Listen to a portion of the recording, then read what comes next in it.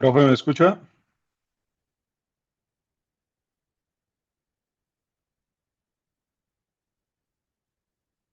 ¿Me escucháis? Sí, Doc, sí, él lo escucho. ¿Qué tal, Doc? ¿Cómo está? Bien, bien, tú. Bien, profe. Bien, bien, bien, bien, bien. Ya están los chicos ahí para conectarse.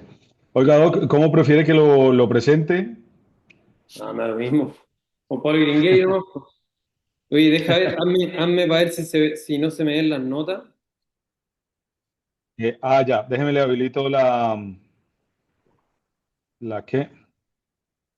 La compartir pantalla y toda esa cuestión. Oye, Ahí yo está. estoy en el hospital, de hecho, y la señal no es muy buena, pero yo ahora tengo 5 estrellas, yo creo que se va a ver bien, por lo menos. Ya. Profe, usted es del Hospital Naval de Viña del Mar, ¿cierto? Sí, y en la clínica alemana de Santiago también. Ya. Listo, Doc. Si quiere, comparta para ver si se le ven las notas. A ver,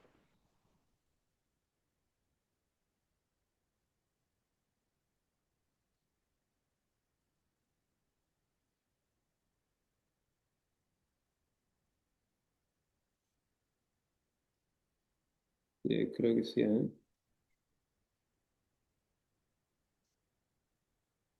¿No se ven? No, no, no, no, profe. No. Ya, ya, pues. Listo. Estamos, pues. Ya. Los vamos a conectar a todos. Ya.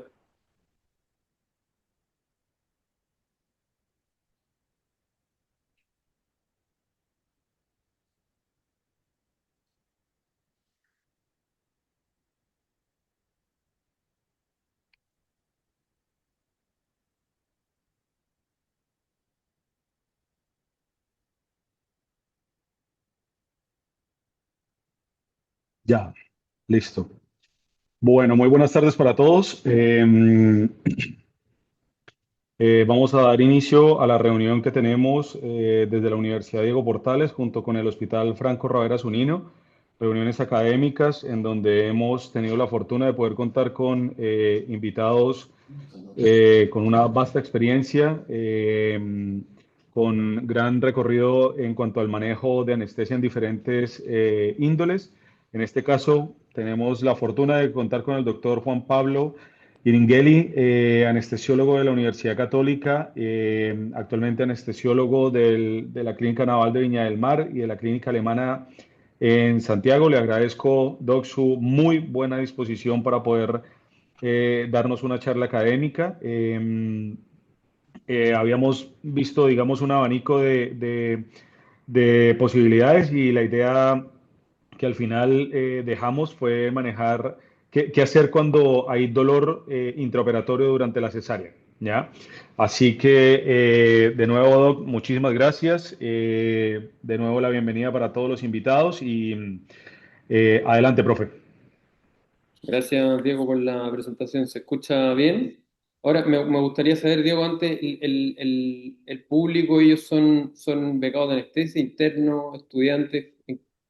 Tenemos de todo, Doc. Tenemos colegas de otros centros de formación de la Universidad Diego Portales, tenemos becados, tenemos internos, tenemos staff con los que trabajamos aquí en el Hospital Franco Ravera Ah, Zunino ya, perfecto. de Ya, Rancagua, o sea, hay de todo.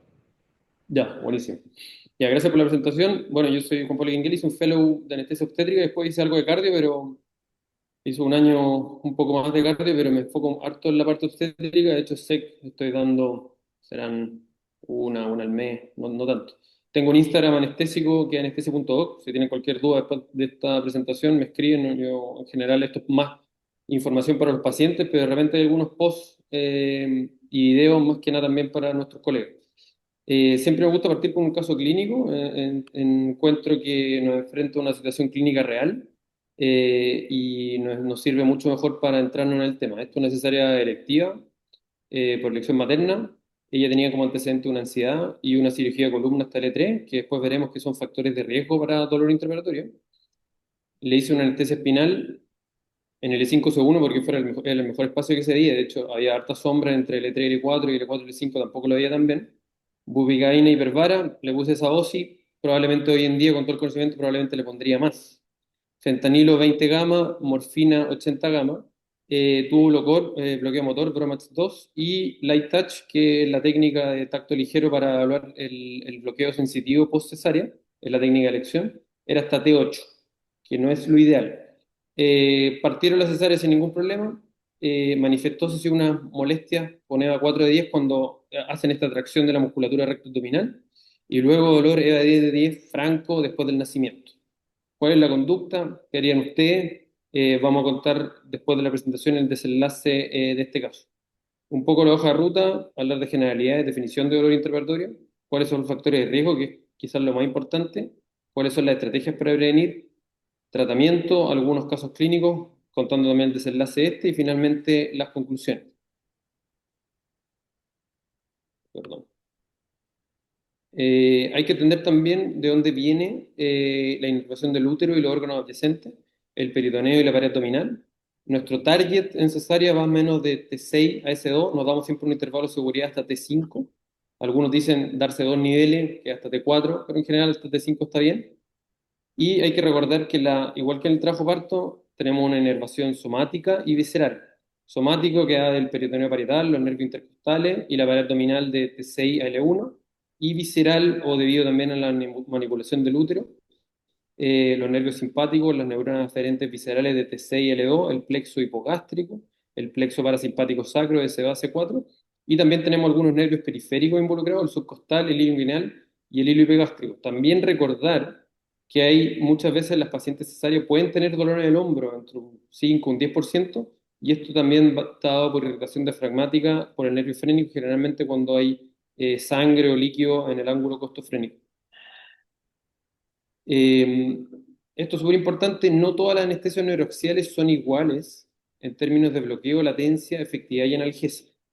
En cuanto a la incidencia de dolor intraoperatorio, la espinal sigue siendo la mejor, la con menos dolor intraoperatorio en cesárea, y por eso es la técnica que se ocupa la mayor parte de la cesárea. Es la que tiene el bloqueo más confiable y más fidedigno. Ya en 1922, Gastón Labat, que fue uno de los grandes regionalistas del siglo XX, dijo que se necesitaban dos cosas para que una espinal no fallara nunca: la punción de la lóbula madre y la inyección del anestésico local en el espacio subaracnoideo. Y esto también es bien importante recordar que la cesárea es una experiencia única anestésica. La madre no está sedada y además va a ver el nacimiento de su hijo, por lo que su recuerdo va a estar profundamente influido por la calidad de la atención que reciba. Recordar también que es una cirugía abdominal mayor. Este es un relato de una paciente, de hecho Stanford, una paciente que lo publicó en Anestesia en 2022, y estos relatos y publicaciones también en boga hoy en día, y lo van a ver bien frecuente, que las pacientes publican su experiencia en distintas revistas, lo publicaron en Anestesia del 2022, o sea, es un gran logro, yo creo que muy pocos lo han hecho chilenos. Y ella relata que hay hubo una pobre comunicación entre ella y el anestesiólogo como factor fundamental. Y esto también son todas experiencias reales que me han contado tanto por el Instagram o por otros colegas o ellas me escriben después. Entonces, lo típico, esto, sentí dolor, no era presión, que muchas veces nosotros le decimos, oye, va a sentir una presión. No, ella dijo, yo sentí dolor, no era presión, así como contradiciendo al anestesiólogo que le decía, oye, es normal que sienta algo de presión, y le decía, no, esto es dolor, dolor, no presión. No puedo describir adecuadamente el dolor que experimenté, dando cuenta que son experiencias bien traumáticas. No quería que cambiaran a anestesia general por la presión neonatal, contraía el abdomen por el dolor, tengo una imagen horrible pegada de ambos cirujanos. Me pasaron muchos medicamentos, dije una cantidad de cosas y verdad sin filtro, diciendo al anestesista lo mal que calculó la dosis. Puede ser irrisorio, de hecho me reí cuando me dijeron, pero en verdad es traumático. Sentí cuando me suturaban, lloré, a mi hija se la llevaron, la peor experiencia de la vida. Y aquí una experiencia un poco distinta, para que vean que en el fondo igual puedes tener dolor interpretatorio, pero sí puedes cambiar y puedes tener buena experiencia. Podía mover las piernas, pero usted se preocupó que yo estuviera bien, no sentí el corte, sí mucha presión, en recuperación me hablaba, pero no recuerdo mucho, gracias por la preocupación y su profesionalismo, para que vean en el fondo que igual la contención emocional es bien importante en estos pacientes. Un poco de generalidades, recordar cómo lo definimos: una experiencia emocional o sensación desagradable reportada por el paciente durante la cesárea. Generalmente lo reportan entre un EVA entre un 4 y un 6, principalmente porque muchas veces tenemos un bloqueo parcial. Esto es bien importante, siempre debe ser reportado por el paciente, no es lo mismo que la falla de la anestesia neuroaxial, y necesidad de medicamento intraoperatorio ni la conversión en anestesia general. Los obstetras y anestesiólogos no somos buenos identificando dolor intraoperatorio. Muchas veces tendemos a subestimarlo. De hecho, hay un estudio también que hizo aquí Charles, que el coeficiente de agreement es bajo entre lo que dice el paciente y lo que cree el obstetra y el anestesiólogo en cuanto a dolor intraoperatorio. Aquí ven la incidencia en global, va entre 7 a 11%, dejémoslo en 10%, o sea, una de cada 10 cesáreas va a tener dolor intraoperatorio, y aquí ven en el fondo que la anestesia espinal es la que menos dolor intraoperatorio tiene, la CSI le sigue, y la conversión epidural o subirse por la epidural, como decimos vulgarmente, es la que tiene mayor incidencia de dolor intraoperatorio, llegando incluso en algunas series a un 33%, o sea, una de cada 3 va a tener dolor intraoperatorio. Si a esto también le sumamos la urgencia, cualquier tipo de cesárea de urgencia, le tuvimos que asumir este porcentaje en un 2%. O sea, una cesárea de urgencia con anestesia espinal puede llegar incluso hasta un 16%.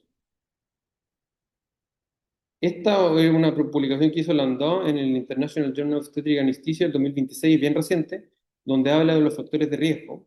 Y aquí tenemos factores anestésicos, donde la epidural es la que tiene mayor factor de riesgo, después la CSI, después la espinal. Una espinal más baja también tiene mayor factor de riesgo, como la que les conté en el caso clínico, el E5C1. Cuando ocupamos una dosis de ED95 de bupivacaína hipervara menor, también tenemos mayor factor de riesgo, y ahí yo les voy a contar cuáles son las dosis que deberíamos ocupar. Cuando obviamente no ocupamos opioides neuroaxiales como fentanilo, también es mayor factor de riesgo. Esos son los factores de anestesia. En cuanto a los factores del paciente, pacientes que usan opioides en forma crónica, antecedentes de dolor interpretatorio. Esto es bien importante. Si una paciente le refiere que en su cesárea pasada tuvo mucho dolor interpretatorio, probablemente tengamos que subirnos la dosis o probablemente tengamos que ocupar una CSI o combinada, como le dicen acá. Miedo al dolor o pacientes muy ansiosos, como les dije el caso clínico, también factores de riesgo. Bajo peso y bajo IMC también. Estatura muy alta, las pacientes muy altas, 1,75, 1,80. De repente aquí en Viña del Mar, sobre todo, hay muchas de estos pacientes rusas que llegan a tener cesárea. Yo ocupo mayores dosis que una paciente chilena normal que mide 1,55. Cirugía de fusión espinal o cirugía lumbar, sobre todo escoliosis, también es un factor de riesgo. Y también agregaría acá, que no lo pone Landó, el Ehlers-Danlos, porque hay mayor resistencia a los anestésicos locales. Las pacientes con anemia falciforme o sickle cells que no están llegando a Chile, pero probablemente con todo esto de la migración, la parte haitiana y todo, probablemente nos van a llegar. Y pacientes de raza indígenas también tienen mayor requerimiento anestésico. En cuanto a los factores obstétrico y quirúrgico, cesárea de urgencia, antecedentes de cicatriz cesárea, sobre todo son segunda o tercera cicatriz cesárea, principalmente dado porque hay mayor adherencia y porque los obstetras se van a demorar más. Una edad gestacional más baja, esto es súper importante. Al tener el útero, un útero brávido menos así grande, por así decirlo, tiene menos presión en el espacio intratecal y la anestesia sube menos. Entonces tenemos que ocupar más dosis, por ejemplo, una cesárea a las 28 semanas o prematuro, 29 semanas, tenemos que ocupar más dosis versus una cesárea con edad gestacional completa. Ligadura ovaria, se alarga ligeramente el tiempo quirúrgico, también deberíamos ocupar un poquito más. Depende mucho también de la obstetra. Yo hay obstetras que luego ligadura ovaria no se demora más de lo normal, yo ocupo la misma dosis.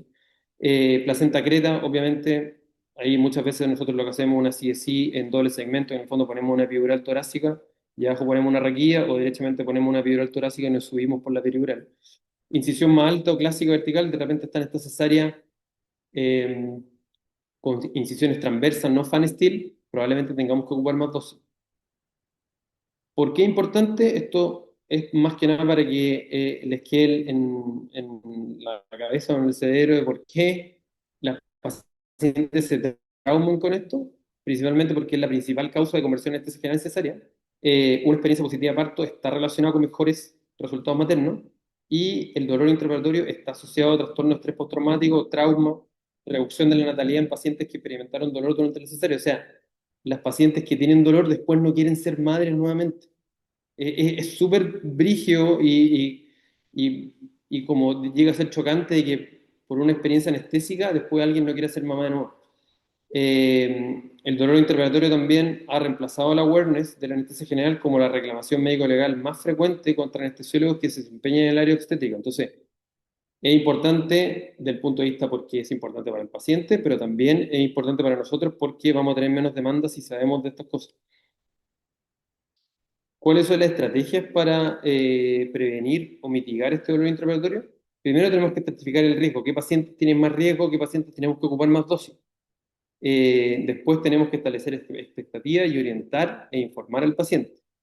Y si la cirugía también va a ser más larga, por ejemplo, más de 1,5 horas, o si hay otras cosas como placenta creta, procedimientos múltiples, esta típica, voy a ver si le hago la histerectomía o no, claramente tenemos que estar pensando que la van a hacer.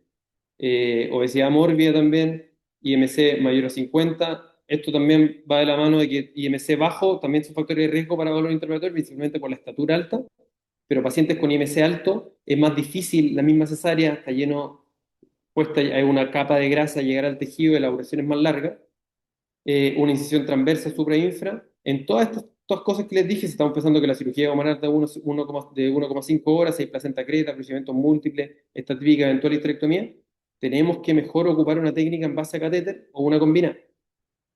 Y después les voy a hablar también del ED95 adecuado, cuál es la dosis usual que deberíamos ocupar.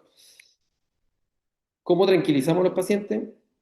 Esto de que no existe el que no vas a sentir nada es bien importante. Yo nunca les digo a los pacientes no hay a sentir nada.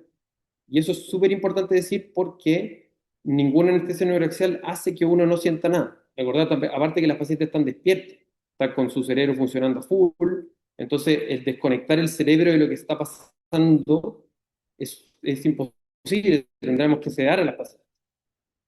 Ahora, eso otro, y hay una clase, yo tengo otra clase gigante de sedación en cesárea. Yo algunas pacientes creo que no son candidatas, el mínimo porcentaje, será el 0,5%, que no son candidatas a tener una cesárea con despierto.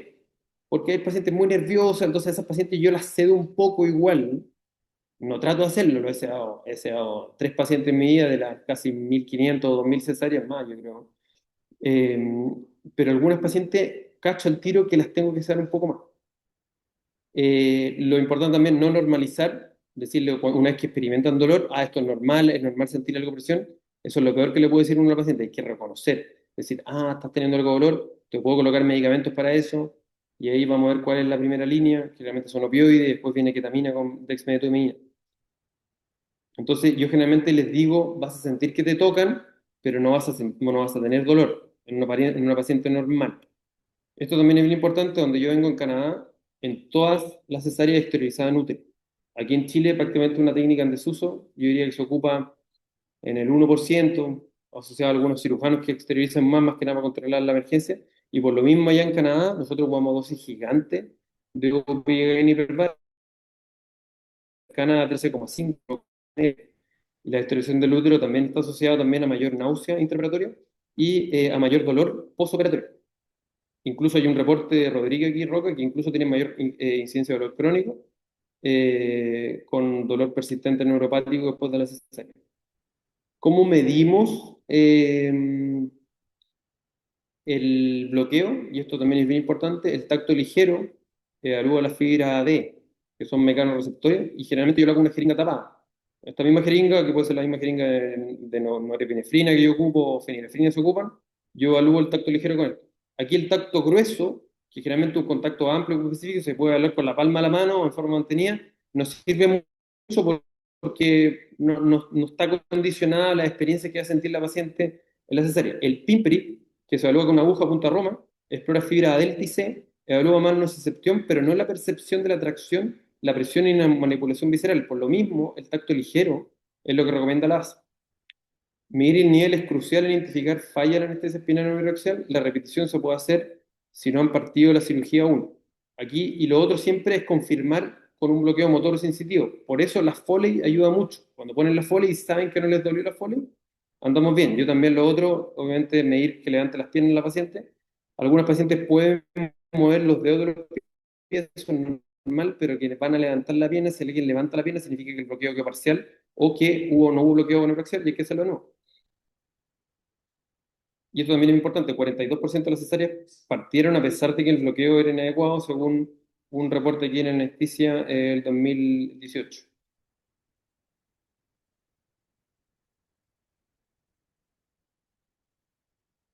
¿Cuáles son los bupivacaína de 95 cesáreas?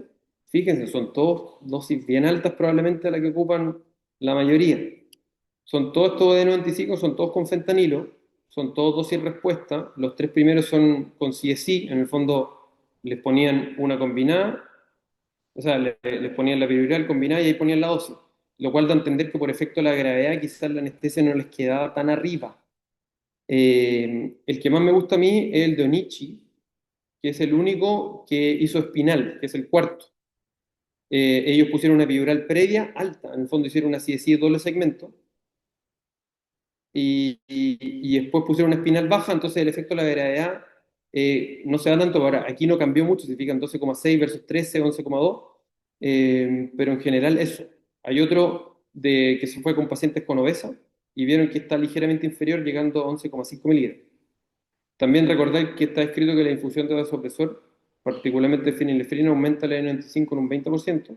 Esto principalmente porque causa vasoconstricción de las venas epidurales, restaurando el volumen del líquido cefalorraquídeo, requiriendo mayores dosis, causando el efecto contrario que es el embarazo, porque recordar que las pacientes embarazadas tienen menores requerimientos que una paciente no embarazada.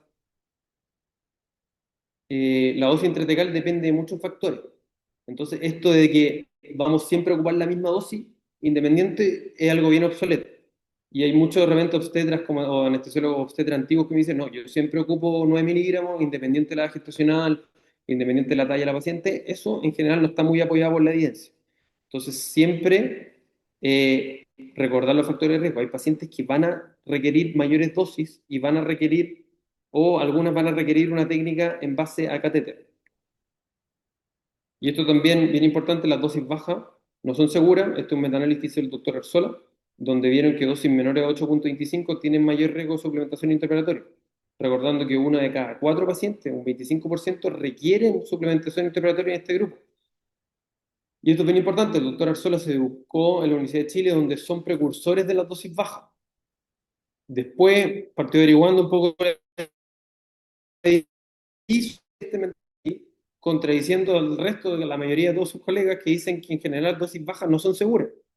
Es como tirarse sin un paracaídas, entre ponerle y no ponerle, más vale ponerle. Yo prefiero lidiar con un bloqueo neuroaxial alto que lidiar con un bloqueo con un dolor interpretatorio.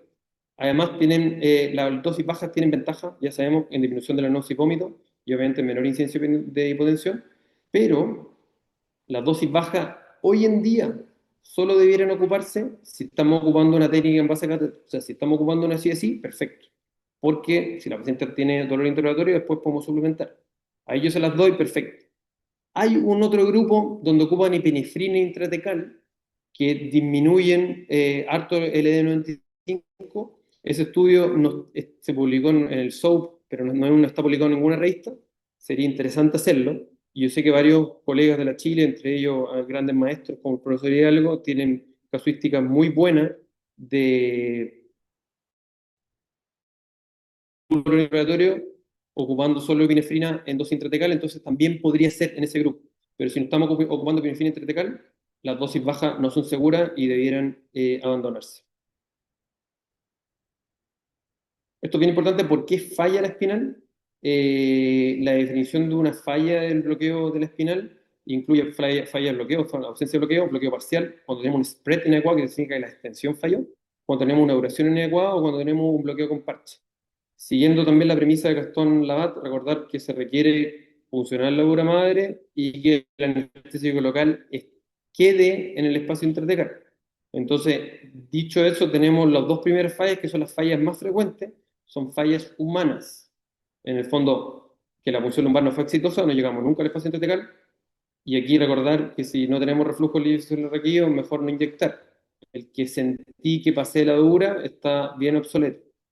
Lo mismo, errores de inyección, dejó de salir, inyección parcial, como ven en la figura acá, que parte del anestésico se va al espacio epidural, y en este mismo ámbito hay problemas con efecto que la dura actúa como válvula, aquí, como ven aquí, y teniendo aspiración incluso, pero parte este anestésico igual se va a epidural.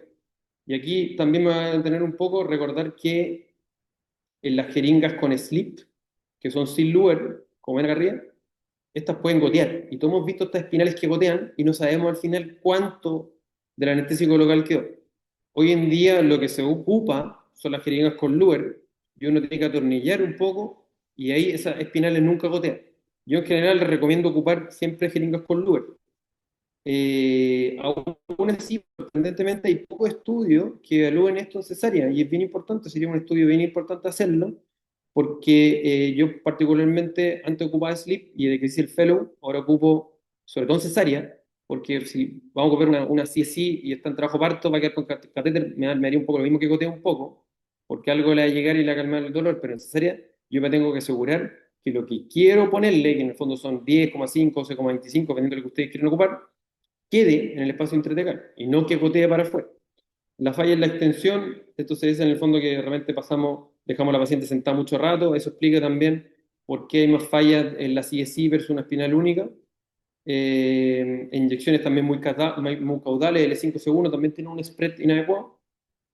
Y también la densidad del anestésico local, lo mismo la bupivacaína isovara, tiene un spread más bajo que la bupivacaína hiperbar. Y la falla de la droga, tenemos,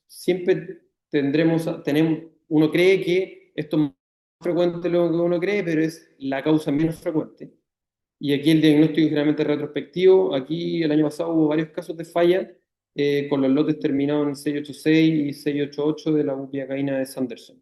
Esto es lo mismo del Nisora, recordar que la principal causa sigue siendo humana, que son las 1 y 2. ¿Por qué falla la epidural? Esto es totalmente distinto a la raquilla. La epidural es una técnica un poco más subjetiva, entonces estamos viendo con la resistencia, entonces muchas veces no estamos en el espacio epidural y dejamos igual el catéter. ¿Por qué puede fallar una epidural que falló, o sea, que inicialmente anduvo? Puede ser por fractura, salía el catéter. También recordar que tenemos la epidural con parches, que en algunas zonas no les toma, eso no lo vemos tanto con la raquilla, si lo vemos más con la epidural. Tenemos también mayor incidencia de bloqueo unilateral con la epidural. Esto es algo bien frecuente ver, sobre todo en el trabajo parto, que es el sacral sparing, que en el fondo no le toma los segmentos sacros y vemos que en el fondo la epidural le funcionó durante todo el trabajo parto y que cuando está pujando en el expulsivo o cuando ya casi coronando parten con dolor agudo.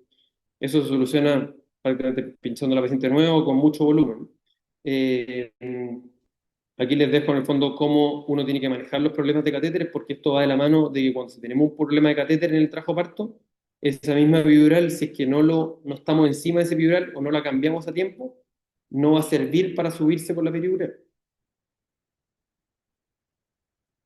¿Cómo prevenir la falla o conversión epidural necesaria? Tenemos que tener un manejo activo de los catéteres, identificar los catéteres epidurales de alto riesgo de falla es el factor más relevante para prevenir dolor intraoperatorio cuando nos subimos por la epidural. Si un catéter epidural no provee suficiente analgesia al parto o requiere mucho refuerzo, no va a producir anestesia para la cesárea. Y eso es bien importante ver, porque en el fondo, en el trabajo parto uno quiere analgesia, que son otro tipo de fibra. Aquí en la cesárea uno quiere anestesia, un poco más que es una cirugía. Y si tenemos un catéter lateral, hay que identificarlo antes, retirarlo y dar un top-up. Si la analgesia no puede ser rescatada o sigue con la epidural, recordar esto que es importante: un 3% de los catéteres epidurales requieren reemplazo durante el trabajo parto. ¿Cómo se identifican las fallas o cómo se definen las fallas? Bloqueo menor a T10, unilateral, bloqueo con parche o sacral sparing. Y esto también es algo que podemos tener algunos detractores, algunos que me apoyen. Debemos hacer una espinal a toda cesárea intraparto. Hay algunos colegas, me han escrito también, que independiente de cómo ande el catéter, las pinchan a todas. Puede ser un poco exagerado, yo cada vez me estoy subiendo más por el catéter respecto a lo como lo hacía antes.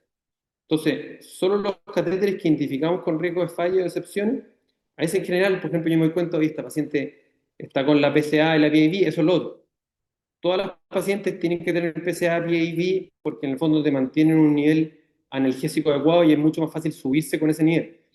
Pero si esa paciente me doy cuenta que ha apretado muchas veces o que ha llamado ya antes y le han puesto dos top-up con bupivacaína o con lidocaína y más encima después va cesárea, probablemente esa paciente yo la pinche de nuevo, sin ningún lugar a duda. Y lo otro bien importante, que al hacer una espinal a una paciente que estaba con epidural antes, tenemos mayor riesgo de falla espinal post-catéter epidural, porque muchas veces podemos aspirar el mismo catéter epidural y también tenemos mayor incidencia de bloqueos neuroaxiales altos e incluso espinales totales. De hecho, el estudio NAP7 hubo 28 casos de paro cardiorrespiratorio en pacientes obstétricas y vieron que el 30% de estos pacientes fue posterior a una raquilla post epidural.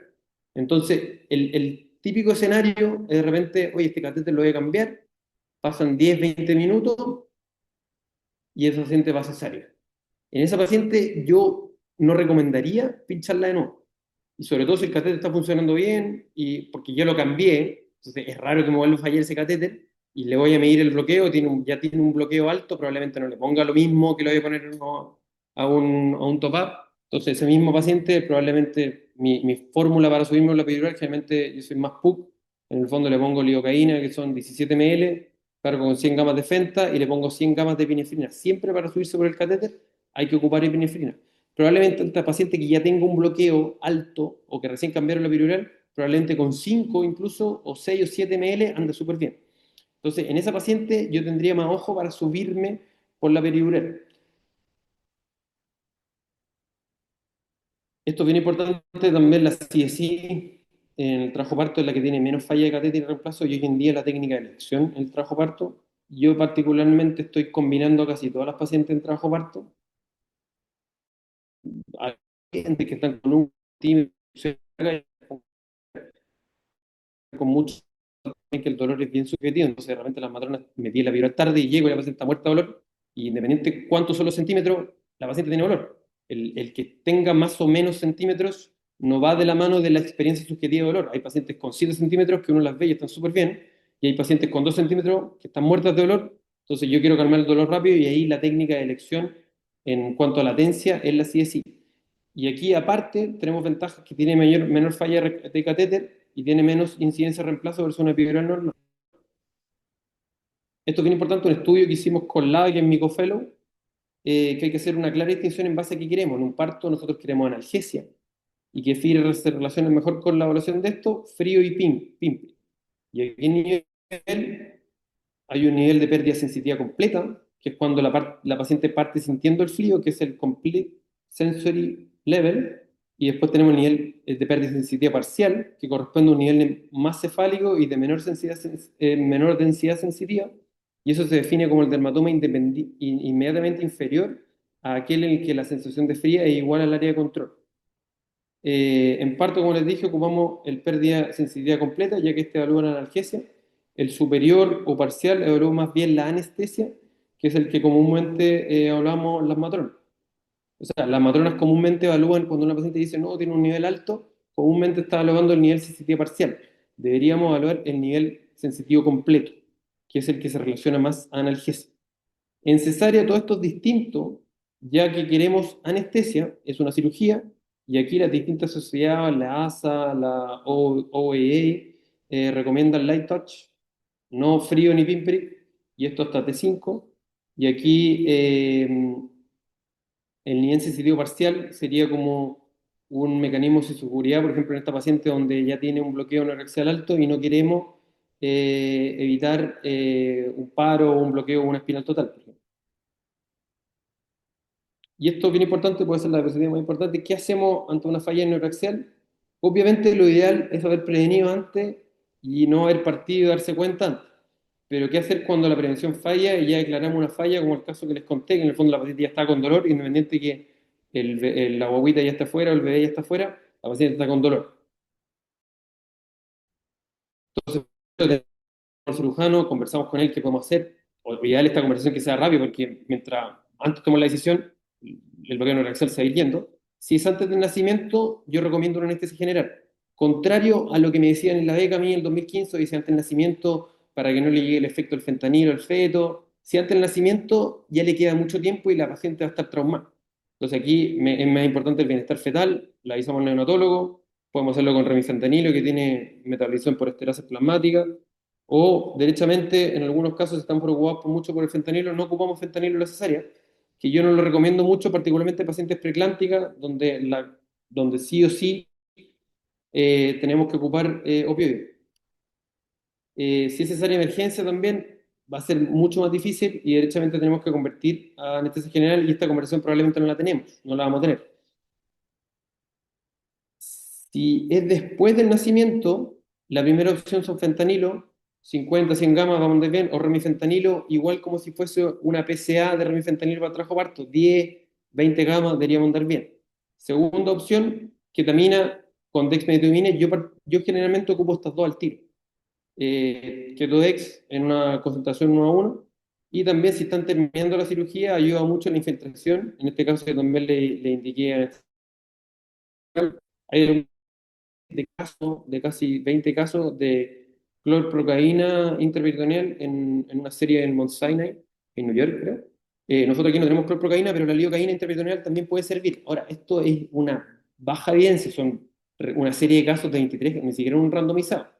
Obviamente, si tenemos una CSI, tenemos que ocupar la CSI, una combinada. No esperar a que la paciente tenga dolor para ocuparlo, siempre ocuparlo en forma profiláctica. Si cachamos que el bloqueo se le está yendo o la cirugía lleva 1 hora, 1 hora y media, le mandamos el tiro por la CSI y no esperamos que la paciente tenga dolor. Y esto es bien importante, hay que hacer un follow-up, seguir a estas pacientes.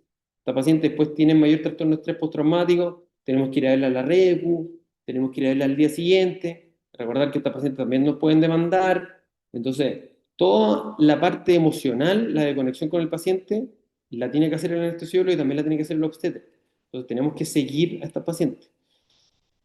Entonces, continuando el caso clínico, y parece que me estoy extendiendo un poco más de lo normal, cesárea o elección materna, manifiesta alguna molestia, luego la tracción musculatura abdominal, luego dolor, EVA 6 de 10. ¿Qué hacemos? Yo ocupé fentanilo, 50 gramos por 2, una dosis de 100, y después ocupé pseudoanalgesia con Ketodex 1 a 1. Aquí recordar, los sedantes puros como el Propofol no sirven. El Propofol no es analgésico. Entonces, por eso el Ketodex es bien importante, porque la ketamina es analgésico, por la parte NMDA, como ustedes saben, y la dexmedetomidina también ahorra opioide, también es analgésico y también es un sedante. Entonces, el Ketodex es una mezcla muy buena, porque hay un reporte que se los puedo mandar, se me lo piden por el Instagram, donde hicimos una serie de casos de hartas pacientes, en las cuales no son obstétricas, pero sí pacientes fuera de pabellón, donde el Ketodex evitó una anestesia general, donde, como ustedes saben, en el escenario fuera de pabellón, de repente es bien adverso, donde muchas veces no hay máquina de anestesia, etcétera, etcétera. Otro tipo de caso, también casos reales, este caso me tocó a mí también, mucho dolor, 4 centímetros, podálica, en el fondo está en trabajo parto, en podálica, cesárea urgencia, la espinal elide el dolor y voy a medir el nivel y está ante 10 con light touch. Y el dolor también al probar con pinza. No alcanzaron a partir la cirugía porque me di cuenta. No había ninguna urgencia. Aquí la unidad fetoplacentaria está totalmente bien. ¿Cuál es la conducta que harían ustedes? Aquí estamos frente a un bloqueo parcial. Aquí es bien importante. No es candidata a ella a hacer una nueva espinal porque tenemos mayor riesgo de bloqueo neuroaxial alto. Entonces, ¿qué hice yo? Repetimos el bloqueo, pero reduciendo la dosis, y aquí le hice una CSI, una combinada. Entonces le puse la combinada con 7,5, o creo que incluso le puse menos, porque ya no sabía cuánto le había llegado, y lo que puede haber pasado haciendo el background retrospectivo, ella estaba con mucho dolor, y cuando yo le estaba poniendo la dosis, ella se movió harto, así porque estaba con harto dolor. Recordar que la paciente en trabajo parto, el estarse moviendo igual le alivia un poco el dolor. Entonces probablemente le quedó la mitad de la dosis en el espacio intratecal. Entonces aquí una técnica en base a catéter es lo más seguro porque previene un bloqueo neuroaxial alto. Y aquí todos somos susceptibles de que nuestro bloqueo neuroaxial alto falle. Yo que soy especialista obstétrico, aquí me falló. Entonces hay que ser bien humilde y conversar con el cirujano, ¿no? Mis bloqueos no fallan, mis espinales nunca fallan, eso es lo peor que podemos hacer, porque si parten esta cirugía, yo les puedo garantizar que el paciente va a tener dolor y vamos a tener que garantizar una conversión en anestesia general. Aquí un escenario un poco distinto, cesárea electiva, posición requerida sin excedente, aspiración, todo, que algunos pueden abogar que la aspiración no es fenómeno de riesgo, yo igual trato siempre de aspirar porque me educa también la idea blanda. Eh, Conducta, después light touch no tenía y mueve las piernas. Entonces aquí obviamente repetir el bloqueo, esto es una falla total y aquí puedo ocupar una espinal sin ningún problema con una dosis habitual. Después me enteré que en la misma clínica hubo 3 o 4 casos de falla y era falla del lote. Entonces aquí lo que falló fue el lote, pero el diagnóstico fue retrospectivo. Aquí en un principio yo pensé que había fallado, que fue mi falla, ¿no? Y ocupé toda la dosis porque tenía falla total. Pero el diagnóstico después fue retrospectivo, hubo como 3 casos o 4 casos con el mismo lote, y de hecho hubo casos en algunos colegas en los cuales partieron la cirugía y ellos decían, no, la espinal anda bien y tuvieron que convertir en anestesia general. Un caso número 3, sana, esto también con un catéter epidural, epidural para trabajo parto debería funcionar bien, pero se lateralizó y se decidió dar un top-up de UPI al 0,25, aliviando parcialmente el dolor. Esto fue un caso que me pasó en el Saina y Mount Sinai. En Mount Sinai, a veces de repente teníamos 20 pacientes de trabajo parto, entonces el staff controlaba todo el trabajo parto, toda la unidad obstétrica. Muchas veces también estaba con pacientes abajo en pabellón o con... Y en la unidad obstétrica teníamos un becado de anestesia, que era como, allá la residencia son 5 años, pero aquí generalmente equivale como un becado de anestesia segundo, tercer año, y ellos ponen toda la epidural. Ellos se enfocan todo el trabajo parto y el fellow, que en el fondo era yo, ve todas las cesáreas. Obviamente una cesárea por fellow. Si hay, tenemos 2 cesáreas, tenemos que llamar al staff o llaman a otro fellow. Entonces, el fellow fue, el residente fue el que manejó a esta paciente porque el bloqueo se le aterrizó y le mandó este top-up y no me avisó. Muchas veces me avisaban para esto, sobre todo si tenían la más mínima sospecha de que la paciente iba a terminar en cesárea. Después, lamentablemente, esta paciente evolucionó a cesárea de urgencia por alteración de la frecuencia cardíaca fetal.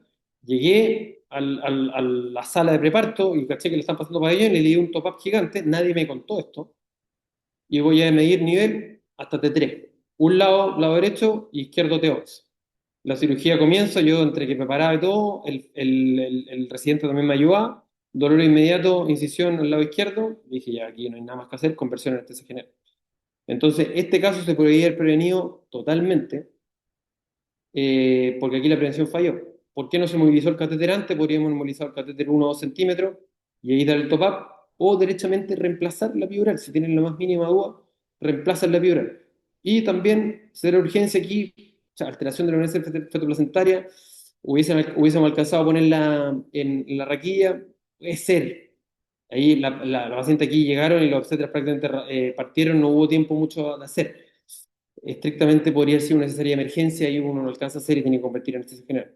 Después le hizo un bloqueo, un tap block, o le hizo un cuadrado lumbar, no me acuerdo, y al final salió todo bien.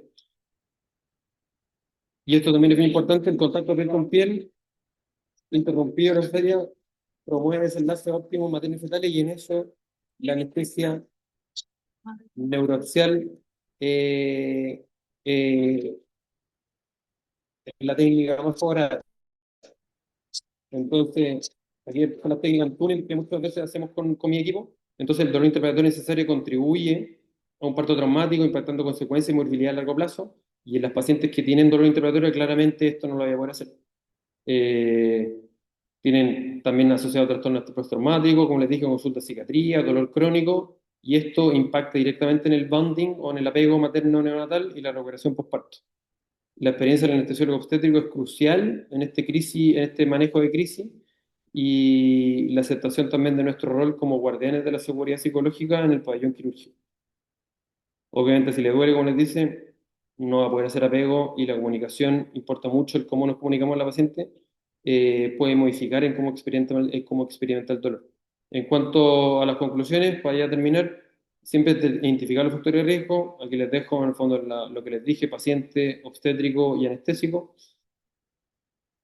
Prevenir es preparación, tenemos que testear el nivel antes de la cirugía, tacto ligero en la técnica de elección, confirmar el bloqueo motor y sensitivo.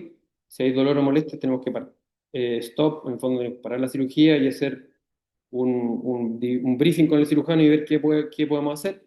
El manejo activo de los catéteres epidurales va antes, chequeo cada 3 horas, reemplazar previamente si no es efectivo, y también comunicar con el obstetra sobre el progreso, cómo va esta paciente, oye, probablemente esta paciente es cesárea, ¿qué pensáis tú? Uno va identificando, una vez que trabaja en el preparto, qué paciente, y uno al final va afinando el ojo, qué paciente termina necesario o no.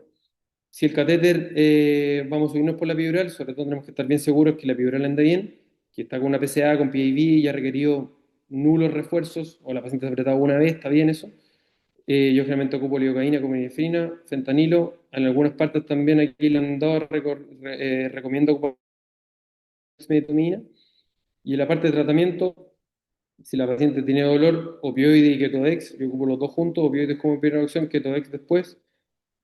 Ansiedad, Solan podríamos ocupar, propofol no, pero aquí si ocupamos dexmedetomidina, también un ansiolítico, entonces deberíamos andar bien, y tener un bajo umbral para anestesia general. De hecho, Landau pone una frase que es bien como cliché, que creo que no me deja mucho, pero pone: la anestesia general debería ser evitada cuando es posible, es iniciada cuando está indicada. Entonces, es como, es más vale realmente convertir en anestesia general. Yo cada vez le estoy teniendo menos miedo a la anestesia general necesaria, particularmente porque si la paciente tiene dolor, ahora, en general yo ocupo una bupivacaína ED95 alta, entonces he tenido muy pocos dolores interpretarios y ahí toco también, porque ojalá no tengan nunca. El caso que les comenté, el caso uno fue dolor interpretatorio y ya en el fondo ya la cirugía ya partió. Y a esa paciente la seguí y es la paciente en el fondo de la experiencia que me dio las gracias. De hecho, paradójicamente al día siguiente me llegó con un vino y unos quesitos y decía, pucha, en verdad no, eres la menos paciente que tiene que regalarme esto, pero para que vean en el fondo que la comunicación es fundamental y puede orientar y modificar en cómo las pacientes experimentan dolor. Eso, preguntas, las pueden hacer ahora, me las pueden hacer en el Instagram, no sé, ahí, abierto a lo que ustedes quieran. Doc, muchas gracias por la charla. Yo sí tengo un par de preguntas. Cuando usted se sube por el peridural, estaba leyendo que ocupa lidocaína con epinefrina 1 en 200.000. Sí. ¿No mezcla los anestésicos local? ¿No ocupa, por ejemplo, lido y bupi? Es una muy buena pregunta. Tengo colegas y también lo he hecho. Lido con Bupi, sobre todo ocupo Bupi si creo que va a ser más duradera la cesárea. Pero también uno puede ocupar lidocaína, se sube y después puede ocupar bupivacaína con 0,25, también puede ser. Mm, Pero es una muy buena pregunta. Tengo colegas que hacen un mix de lidocaína, 10 ml, y después también hacen bupivacaína con Fenta, también puede ser. Es perfectamente, no, es perfectamente, está bien, a eso voy. Pero aquí es bien importante que tienen que ocupar epinefrina. Yo, de hecho, estoy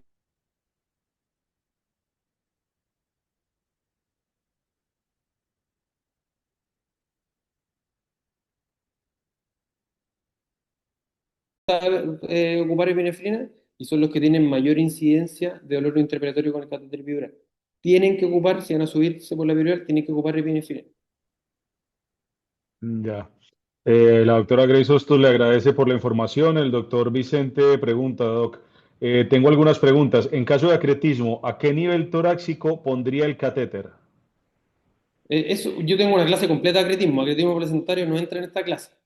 Acretismo placentario tiene varias consideraciones. De hecho, en Bonsai nosotros lo hacíamos con Cell Saver, le poníamos la línea arterial, Actas vía, y en general la técnica cambió versus porque cambió también el jefe obstétrico. Carvalho, que era el a cargo, él ocupaba epidural torácica a nivel de T9, T10 y se subía por la epidural torácica y andaba bien. Después llegó el doctor George, que es el actual jefe, y él en general recomendaba una CSI, una combinada, y poníamos una epidural alta, T9, T10. Nosotros siempre confirmábamos el catéter con SUI o waveform, que son conectamos al transductor de la línea arterial y hay como una pequeña curva, en el fondo nos garantiza que Ujú. estamos en el Sí, espacio epidural, y después hacemos una espinal baja. En el fondo hacemos una CSI, una combinada en doble segmento, la espinal baja L4, L5, y en general eso andaba bien para la partida, y si se extendía arriba, de repente hay incisiones supraumbilicales, teníamos que ocupar el catéter epidural. Yo siempre, antes de partir, igual le pasaba alto por el catéter epidural, por lo menos 5 ml de UPI al 0,25. No era necesario ocupar epinefrina porque ya ya, tenía el efecto raquídeo. Pero, o sea, esto se lo digo ya, en 1 o 2 minutos, pero hay una clase completa de acretismo y tiene otras cosas. Sí, y la otra aquí estoy viendo, utiliza morfina epidural, lo sucio eso, por el catéter, sí, por el catéter. lo ocupo al final. Recuerda que la morfina epidural es más para la analgesia, no sirve mucho para la analgesia intraoperatoria. Entonces, a 5 cuando terminaba la, la cesárea. Ahora, nosotros ocupamos morfina intratecal en la raquilla porque lo estamos haciendo al principio, pero estrictamente sirve para analgesia postoperatoria. Y utiliza bicarbonato por el epidural. Los estudios son bien como contraproducentes. El bicarbonato, la gran como utilidad del bicarbonato es que podría disminuir un poco la latencia. Pero para eso también está Claro. EPI. En general no ocupo bicarbonato, pero tengo algunos colegas que tienen experiencias buenas. No hay muchos estudios de bicarbonato, pero podrían ocuparlo. ahí recomiendo también basarse en el juicio clínico. Si andan bien con el bicarbonato, que tienen altas series que han andado bien, sigan ocupando. Pero ocupen epinefrina, eso sí, es una técnica avalada por la evidencia. Ya. Doc, y una pregunta, cuando tiene que convertir anestesia general, bueno, ¿usted siempre parte con Fenta? Porque he visto algunos centros, digamos, que hasta que no se hace el clampeo no pasan la carga de Fenta, sino Propofol, el Lido, Propo, Suxi. Y después pasan el Fenta y la metadona. No sé cómo lo hace usted. También una buena pregunta, porque mira, nosotros en el Mount Sinai teníamos un esquema que prácticamente si la paciente no tenía riesgo de preeclampsia o no tiene preeclampsia, generalmente no ocupábamos técnica opioide. No ocupábamos opioides, ocupábamos propofol, succinilcolina, rocuronio, y si la paciente estaba con catéter epidural o la paciente estaba sin catéter epidural, muchas veces le hacemos un cuadrado lumbar a la salida, y después como decís tú, que nace la guaguita o que ocupamos fentanilo. Pero en pacientes preclánticas, la principal causa de muerte es hemorragia intracerebral. Ojo. Claro, ¿Y qué pacientes hacen hemorragia intracerebral? Las pacientes muy hipertensas. claro, Entonces, si con el fentanilo vamos a controlar y vamos a bajar la presión, y no, la paciente no va a tener dolor, es mejor eso que la paciente tenga una hemorragia intracerebral y muera de una hemorragia intracerebral. De hecho, hay hartos reportes claro, de pacientes que murieron de hemorragia intracerebral por preeclampsia. Entonces, en pacientes preclánticas que van a requerir anestesia general, tienen que ocupar opioides. Tienen que ocupar opioides y eso antes de la incisión. ¿Sí? Fentanilo, remifentanilo, lo que sea, y le avisan al neonatólogo. Ahora, eso es lo otro. claro. Por eso le partí perdiendo un poco el miedo. Incluso se han ocupado fentanilo, hacen una cesárea media rápida y todo, el neonatólogo está listo y la guaguita sale llorando. Apgar 99. Ahora, si se Claro. demoran mucho, uno ocupa 500 gramos de fentanilo, sí, Apgar al minuto va a ser 3 4, pero a los 5 minutos va a ser 9 porque ocupan naloxona. También pueden ocupar naloxona en un neonatólogo si la agua se le muy desviada.